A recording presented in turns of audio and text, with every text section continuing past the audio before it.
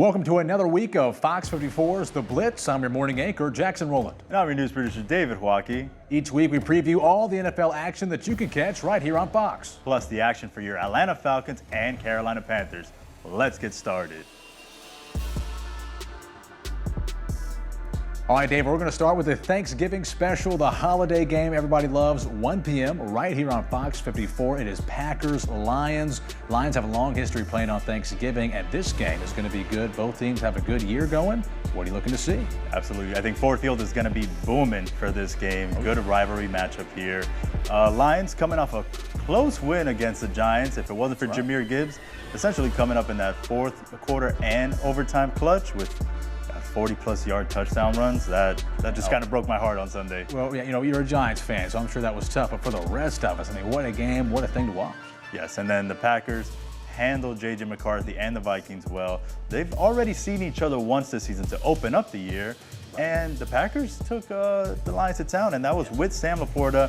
They're without him now, but it seems like at least they've gotten a little bit better of a flow with Jahmyr Gibbs and David Montgomery. So I'm thinking it's going to be a more competitive matchup. It is at home for the Lions, but that Packers defense is looking stout right now. They're looking great, and that was a difference maker in this first matchup. That season opener, week 1, Lions offense couldn't really get anything going. If you remember, it was just starting with a few field goals, but now Jared Goff and this offense is firing. Goff with, over 2,600 passing yards in the season.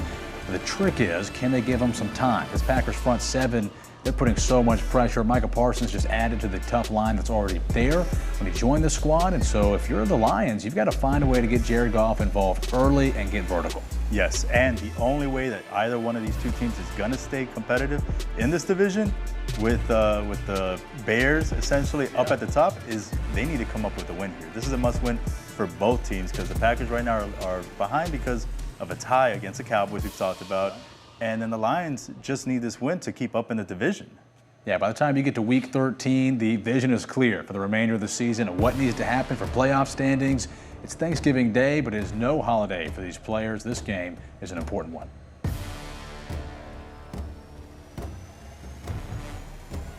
All right, Jackson, now it's time for our Fox's Sunday game of the week. We have the home team, Atlanta Falcons, versus the New York Jets, traveling to MetLife. And the $180 million man made his due last week. What do you think? That's right. I mean, nobody wanted to see Michael Penix Jr. go down, but Kirk Cousins comes back in a great week last week, opening up against the Saints. I say opening up. He's been with the team, but not this season as the starter. Actually, the offense looked great last week, but the QB situation is on both ends, David. Yes, absolutely. Now we have Justin Fields that's no longer the quarterback for the Jets. They went with Tyrod Taylor against the Ravens, and he looked okay to start the game, but then the Jets just became the Jets and absolutely got blown out by the Ravens. Yeah, I mean, the Jets just having a tough year. I mean, I don't really know how to spin it positively. It's just a down year, only a couple of wins on the books.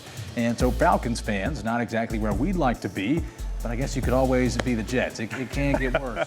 And so for Atlanta, though, the question is, how's Kirk Cousins look? Can we rely on him in the future? Because Penix is out for the season. Yeah, absolutely. So now you're relying on Cousins. And funny enough, you guys still have a shot at the division here. That's right. With the Bucs losing as many as they have, Baker goes down this last week. Yeah. They're only 2 games off, and who knows? Cousins can maybe rally them. They're playing a team like the Jets, build that momentum. Yeah. You stop that 5-game skid against the Saints, which apparently is something you guys are known for. Whenever you need to get out of a losing skid, you face the Saints and you get back on track. So, well, we like to at least win against the rival. Absolutely. But I think it might be promising for you guys. You guys might get Drake London back, so that's good. Another weapon there for Cousins. So I'm liking the Falcons' chances this week. Yeah, here's the optimistic thing. The Falcons' record really doesn't reflect how they played this season. A lot of close losses and overtime losses against a tough Indianapolis Colts team on the road, not even in the country. That was over in Berlin. So then you talk about Drake London being out. Michael Penix was out. We're still able to pick up wins and look pretty solid with Bijan Robinson helping carry the offensive load. With London back, Kirk Cousins looking pretty good right now. If you peak at playoff time, the rest of the regular season doesn't matter.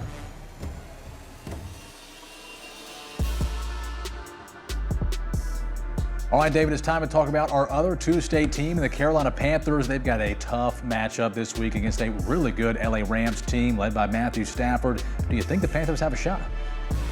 I'm going to say yes, and only for one reason, and that's because this Panthers defense is playing out of its mind right now. They had 3 picks in a row against Brock Purdy in Santa Clara. So they were away from home in a primetime game, and they played amazingly to keep Bryce Young and this offense in the game. Fortunately, Bryce Young turned over the ball too many times, and then at the end, your kicker just misses wide right, and that was it. That was the ball game. But they were in that game, so I'm going to say they are going to be able to compete with this Rams offense, but right now Matthew Stafford is on a completely other level. Yeah, I mean, Matthew Stafford and what Sean McVay is doing schematically. I mean, you're watching last week. He sends Puka Nacua through a C-gap crossing route. You're like, oh, my goodness, what is happening? The players are saying it's the most fun they've had playing in the league. The culture is great. This is my pick for a deep playoff run team. But Carolina seems to play to the level of their opponent. I mean, you get a different team, in the first half of the season versus second.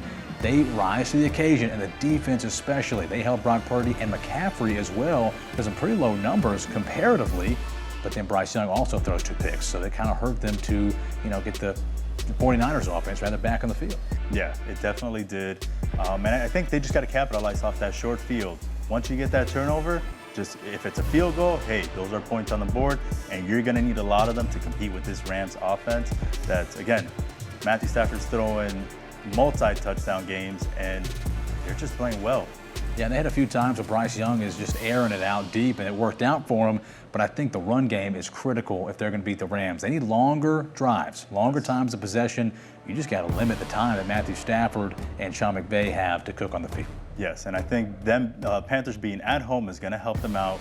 The pound over there has to come out and show up for them.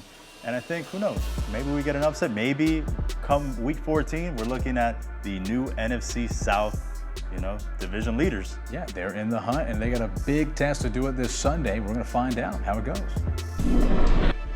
Well, thanks for tuning in to another week of the Blitz here on Fox 54, where we preview all the upcoming NFL action, including your holiday games.